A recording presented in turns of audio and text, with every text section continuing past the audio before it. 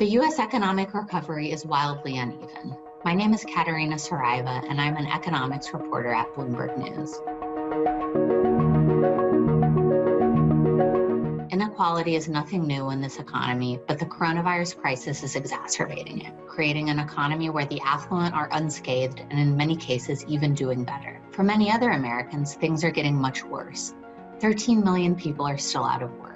Half of all jobs in the leisure and hospitality sector, the lowest paying, vanished during the pandemic, and only half of those have come back.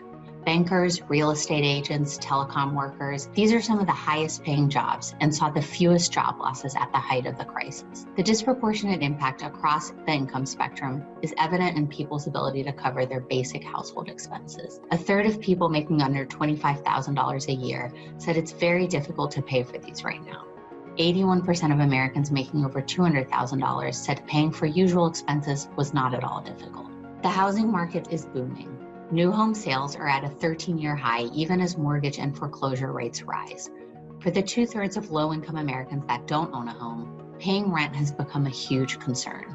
A third of these folks have no or only slight confidence in covering next month's bill. The stock market has fully recovered and is making the rich richer. At one point, Tesla founder Elon Musk had tripled his wealth since the start of the pandemic. But stock ownership is also divided along income lines, and gains in the S&P 500 and NASDAQ have disproportionately benefited higher income individuals. These inequities have been decades in the making. In the past 30 years, corporate profits quintupled, while the minimum wage just barely kept up with inflation, much less skyrocketing housing prices. The crisis is exacerbating inequality along racial and gender lines, too. Women are leaving the labor force altogether, staying home as schools and daycare centers remain closed.